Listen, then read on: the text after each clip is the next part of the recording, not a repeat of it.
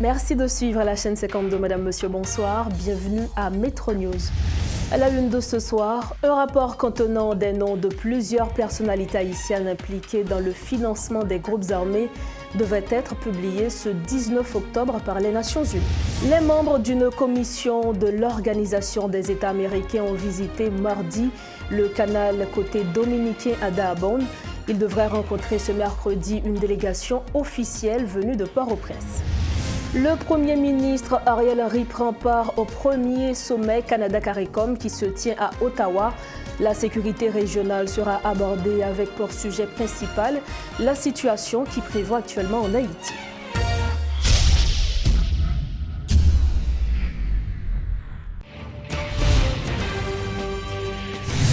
Dorochef, bonsoir, bienvenue dans ce journal. Nous avons appris auprès d'une source diplomatique de l'ONU ce mercredi que le rapport qui cible les chefs de gang et ceux qui les financent sera public dès ce mercredi. Un rapport rédigé par un panel d'experts indépendants sur le régime de sanctions pour Haïti. Est-ce que tous les noms qui figurent dans ce rapport seront sanctionnés ? Non, nous dit notre source de l'ONU qui précise que le Conseil de sécurité va d'abord analyser ce rapport pour ensuite décider celles qui seront sanctionnées ou pas. Et selon cette même source, d'autres noms ne seront pas ajoutés à cette liste dans l'immédiat. Le Premier ministre Ariel Henry est actuellement à Ottawa, au Canada, où il participe au premier sommet Canada-CARICOM. À ce sommet coprésidé par le Premier ministre canadien, M. Justin Trudeau, et son homologue de la Dominique, M. Roosevelt Skerrit, président en exercice de la CARICOM, la question de la sécurité régionale sera abordée avec pour sujet principal la situation qui prévaut en Haïti. Dans le cadre de son déplacement, le chef du gouvernement est accompagné entre autres du ministre des Affaires étrangères, M. Jean-Victor Généus, et de membres du Haut Conseil de la Transition. En l'absence du Premier ministre, l'intérim est assuré par le ministre de la Santé publique et de la Population, le docteur Alex Larsen. Nous avons avec nous notre collaborateur Jean-Yuma Goudou via Zoom. Avec lui, nous allons parler du sommet Canada-CARICOM qui se tient à Ottawa du 17 au 19 octobre. Et pour tous les détails, toutes les précisions, nous avons avec nous Jean-Yuma Goudou. Bonsoir et merci de votre disponibilité. Bonsoir, Berlin. Bonsoir à tous. Alors, comme je le disais, le sommet Canada-CARICOM qui se tient à Ottawa. Est-ce que vous pouvez nous donner un aperçu des activités en marge de ce sommet? Écoutez, vers 3 heures aujourd'hui, le Premier ministre canadien, qui est hôte du sommet, a ouvert justement les travaux de ce sommet Canada-CARICOM, aux côtés du président de la CARICOM, M. Skerrit, et avec beaucoup de personnalités, évidemment, de la Caraïbe qui était là pour ouvrir le sommet. Et on a compris, tout simplement, dans l'ouverture, une cérémonie qui a duré à peu près 15-20 minutes, que Haïti était la toile de fond de ce sommet. Et tout de suite après, beaucoup de gens ont parlé vraiment d'Haïti, de la situation d'Haïti, ce qu'on connaissait déjà. Donc, toute la solidarité mondiale, que ce soit la solidarité régionale avec la CARICOM, la solidarité nord-américaine, occidentale, européenne, etc., même africaine. Tout le monde connaît la solidarité que le monde porte vis-à-vis d'Haïti. Et par la suite, les dirigeants de la CARICOM, y compris M. Trudeau et M. Skerrit, se sont retranchés et ont dit au revoir aux médias. Ils n'ont pas pris de questions par rapport à tout ça au Berlin. Donc, vous nous aviez dit que la question d'Haïti est au centre de ce sommet. Quels sont les points essentiels de ces discours-là? Les points essentiels, c'est évidemment la sécurité. Et comme vous le savez, les Nations Unies viennent de voter, d'adopter une résolution qui autorise une mission multinationale d'appui à la sécurité en Haïti. Et justement, on en a parlé et surtout le président de la CARICOM, M. Skerrit, a demandé à M. Trudeau de faire ce qu'il faut pour aider Haïti dans ce cas. Et même ici au Canada, on s'en souvient, le député d'origine haïtienne, Emmanuel Dubourg, qui est membre du gouvernement de Justin Trudeau, avait, voilà, quelques mois, en entrevue avec nous, pouvait faire plus et doit faire plus. Et c'est ce que demandent les dirigeants de la CARICOM. Et beaucoup de pays de la CARICOM, après la résolution de l'ONU, sont déjà partants pour envoyer des hommes de troupes, en plus d'un millier de policiers du Kenya qui va diriger cette force. Comme vous le savez, la Jamaïque, Barbuda et Suriname qui vient de s'ajouter au rang des pays qui veulent justement contribuer en nombre de troupes à cette mission qui doit arriver bientôt en Haïti pour appuyer la police nationale d'Haïti afin de rétablir la sécurité. Puisque la question d'Haïti est au centre, et la semaine dernière, il y avait des doutes sur la présence du Premier ministre Ariel Henry. Hier, il est parti pour le Canada pour participer notamment à ce sommet. Est-ce qu'il y a des réactions en ce qui a trait à la présence du Premier ministre Ariel Henry au Canada? Oui, moi, dans le visionnement que j'ai vu aujourd'hui pour le lancement, je n'ai pas vu d'image du docteur Henry dans la salle, mais j'imagine bien qu'il était là. Bon, étant donné qu'il n'y avait pas, on ne montrait pas tout ça, mais M. Henry est ici au Canada, effectivement, et il est là pour participer au sommet comme membre de la CARICOM. Haïti est membre fondateur de la CARICOM, évidemment, et donc il est là. Et en marge de l'ouverture du sommet, il y a eu une manifestation, évidemment, de quelques dizaines d'Haïtiens qui sont venus de Montréal jusqu'à Ottawa, où se tient le sommet pour manifester, pour reprocher à Justin Trudeau d'avoir invité le docteur Henry à venir au Canada participer à ce sommet. Alors, est-ce qu'il y a des annonces majeures ou du moins des accords qu'on peut s'attendre à l'issue de ce sommet? Écoutez, les discussions ont lieu actuellement et les médias ne sont pas au fait de ce qui se dit actuellement dans les officines de ce sommet. Mais comme je vous ai dit tantôt, Haïti est la toile de fond de ce sommet, de cette rencontre. Même les dirigeants de la CARICOM, le président de la CARICOM, vous vous souvenez, qui avait pris l'initiative de mettre ensemble les protagonistes haïtiens jusqu'en Jamaïque, eh bien, oui, ils continuent de plaider la cause d'Haïti et de manifester leur solidarité et appeler le Canada à faire plus.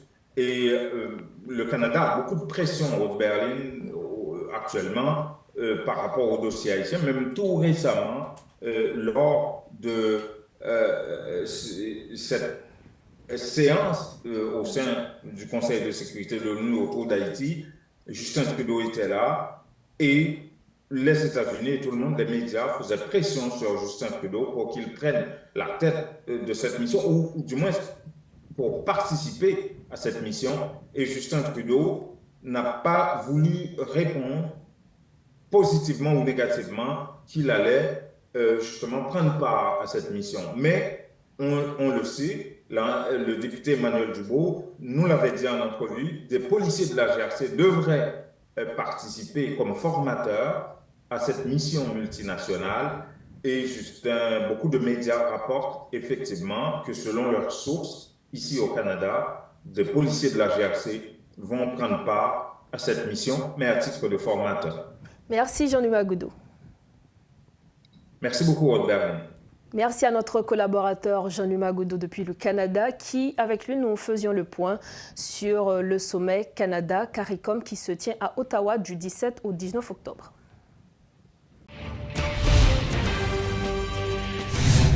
Les membres d'une commission de l'Organisation des États américains ont visité mardi le canal côté dominicain à Dajabón. Ils ont utilisé un hélicoptère pour survoler le chantier côté haïtien. Les commissaires de l'OEA ont eu une séance de travail avec le ministre des Affaires extérieures dominicain qui a repris les arguments relatifs aux risques pour l'environnement. En ce qui concerne Haïti, jusqu'à cette présente minute, aucune note officielle n'avait fait état de rencontre avec les officiels haïtiens. Selon des informations dont nous disposons, la mission de l'Organisation des États américains devrait rencontrer ce mercredi une délégation officielle venue de Port-au-Prince. Les commissaires avaient indiqué qu'ils soumettront un rapport au secrétaire général de l'OEA dans les prochains jours. En ce qui a trait à la construction du canal, les Haïtiens ont le droit de construire un canal sur la rivière Massacre. C'est la position de l'Église catholique concernant ce dossier. Le porte-parole de la conférence épiscopale, Monseigneur Patrick Harris, et le révérend père Braillard Aupont font appel ce mercredi. Tous deux ont affirmé que le peuple haïtien a le droit de se battre pour sortir de la misère et que le chantier peut y contribuer. Un fait que, selon eux, la République dominicaine ne peut contester. Il y a un fait. Le fait, c'est qu'il y a les Haïtiens qui construisent un canal. Ça, c'est un fait. Deuxième factuel nous avons considéré, c'est que c'est une situation qui gagne en pile confusion là-dedans parce que nous que c'est un projet de l'État, mais qui pas embarqué par l'État dans la situation nous y a. Maintenant, quand nous prenons l'autre aspect, nous avons considéré la question. Si nous considérons au plan de la fraternité des peuples. L'Église catholique lui-même, et Monseigneur Launay presque t'a parlé de ça, livrer la fraternité entre les deux peuples. Il parlait conflit entre les deux peuples. Donc ça veut dire que il pas gain pour lui attiser. Ça c'est une deuxième vision. Une troisième vision, c'est droit. Est-ce que oui ou non, peuple haïtien gain droit faire un canal sous territoire? Ça c'est une réponse de Polichinelle. Ça veut dire qu'il part de l'autre côté, il fait. Il a fait un canal. Mais maintenant, toute question qu'il a posée, c'est l'utilisation de ce canal par rapport aux eaux qui sont des eaux qui peuvent être partagées et qui doivent être partagées entre deux États. Alors, sous point ça, l'Église catholique lui-même, il n'a pas jamais changé de position. Parce que l'Église catholique, c'est l'institution la plus juridique qui existait. Ça veut dire que non, il pas côté le pral river côté il pral dit faut droit eh bien ou couper ou virer ou mettre entre parenthèses. Donc à partir de ce moment, la position de l'Église catholique sur la question du canal, c'est que le peuple haïtien a le droit de faire un canal sur son territoire et les autres considérations viendront après. C'est que position nous li aligné sous position Monseigneur Kenel qui c'est l'ordinaire du lieu, les dou et canal là pas gain droit camper et dans l'élaboration de la construction. Et donc, lycée Voix de l'Église d'Haïti, dans le diocèse, l'a dirigé. Toute. Donc, fidèle, sans équivoque. Sans équivoque. Par effet d'analyse maintenant, c'est que disposition dominicaine, ce n'est pas, ou bien gouvernement dominicain, c'est pas une disposition qui vient en ce sens que nous n'avons pas de droit, non? C'est une affirmation de domination sur l'île. Ça, c'est par effet d'analyse. Et puis, réaction haïtienne, sont réactions de résistance. Nous refusons ça. Et donc, nous ne sommes pas chefs, nous, dans l'île. Par effet d'analyse continue, et nous sommes capables de dire, maintenant, quelle politique publique, à partir de construction canal, ça, ou qu'a fait une construction canal là, après ça, ou fait dominicain tomber le grien dans sous parce que canal là de l'eau a passé ou pas qu'à exploiter. Faut le faire et bien fait. Fait et bien fait. Et puis quelle politique publique agricole l'État pour le mettre en place dans situation géographique ça. Côté investisseur paysan, est-ce qu'il n'y a pas une nécessité pour que désormais ils investissent brutalement dans l'agriculture à partir de occasion ça. Par effet d'analyse encore, c'est une belle opportunité, président dominicain, lui offrir nous. De fermer frontières. Fermer frontières, lui vient nous relativiser les relations nous avons avec eux. Quitter ces relations de dépendance. Justement, maintenant, lui demandé pour l'État pas nous, les chita pour le réévaluer, pour le repositionner, pour le réorienter relation ça, on sait de produits peuple n'a pas gain droit consommer dans le pays encore qui sorti en République dominicaine. Ou cal ouvrir porte, ouvrir port sur l'autre marché. Et pour nous essayer de nous cacher, c'est pas cadeau, au fait nous c'est avec l'argent acheté. Nous qu'à aller et négocier avec l'autre marché pour nous approvisionner, mais en attendant côté politique publique agricole pays. Voilà. L'Association des producteurs de Dominicains a annoncé le week-end dernier l'abattage de 3 millions de poules à raison de l'impossibilité d'écouler leurs produits du fait de la fermeture de la frontière. Une décision annoncée par le président de cette structure lors d'un événement organisé le week-end écoulé et qui a pour but de retirer de la circulation les 2 millions d'œufs exportés quotidiennement vers Haïti. Monsieur Escagnot a expliqué que les autorités dominicaines ont tenté d'atténuer la situation en achetant des œufs par l'intermédiaire de l'Institut dominicain de stabilisation des prix.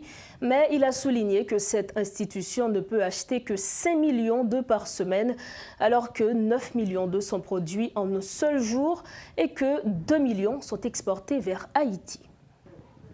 Autre point de l'actualité, 50 jeunes issus de quartiers en proie à la violence ont été diplômés ce mercredi après une formation en éducation physique et sportive. L'idée de cette initiative de l'Observatoire national du sport haïtien est de proposer le sport comme un vecteur de combat contre l'insécurité qui sévit dans le pays. Selon le responsable de cette structure, M. Edwin Charles, les nombreuses personnalités participantes à cette initiative ont souligné tous l'importance du sport comme un outil d'intégration sociale. Suivez ce reportage de Rodolphe Pierre-Louis. Ils sont une cinquantaine à recevoir leur certificat d'ambassadeur de paix par le sport issu de quartiers en proie à la violence. Edwin Charles, ex-ministre des Sports. À travers le monde, lorsqu'on parle de sport, Nelson Mandela te dit, le sport a le pouvoir de changer le monde. Le sport peut créer de l'espoir là où il n'y a avec du désespoir. J'aime ça dire tout à l'heure, là, je me suis retrouvé avec le public là, côté que Evans Pierre, qui c'est nègre Cité Soleil, nègre La Saline, mais avec boxe, il était fait un pile miracle en 2017. Une fois recrutés, ces jeunes sont encadrés par des formateurs de choix en vue de bénéficier non seulement des séances de formation, mais aussi de devenir à leur tour des formateurs.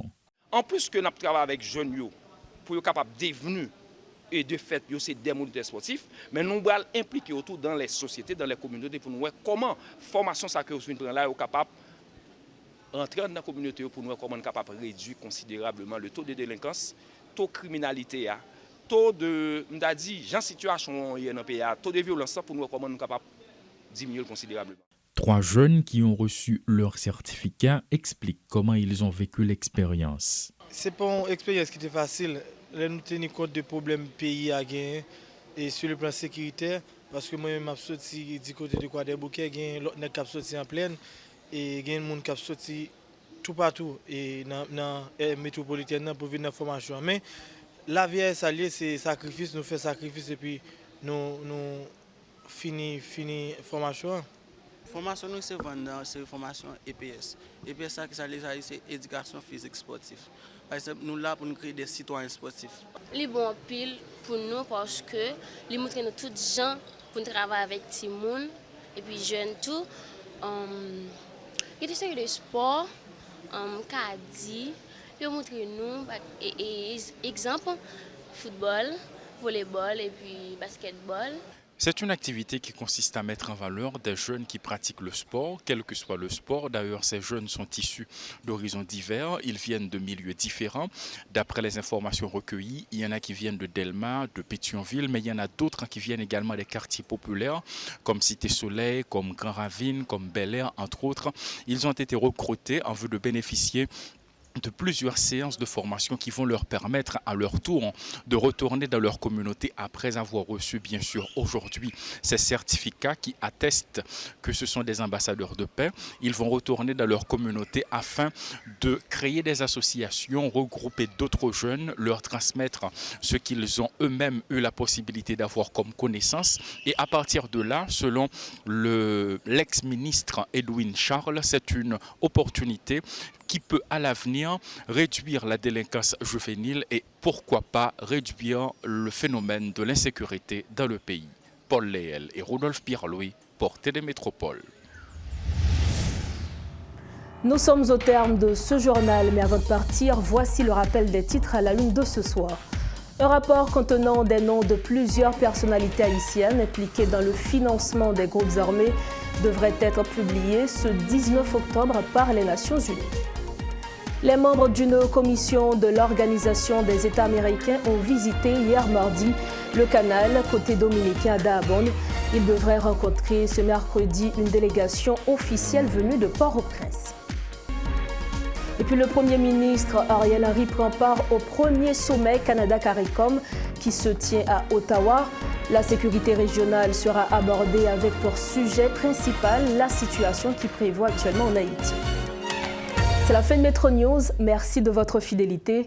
Restez sur la chaîne 52 pour la suite de la programmation. Bonsoir.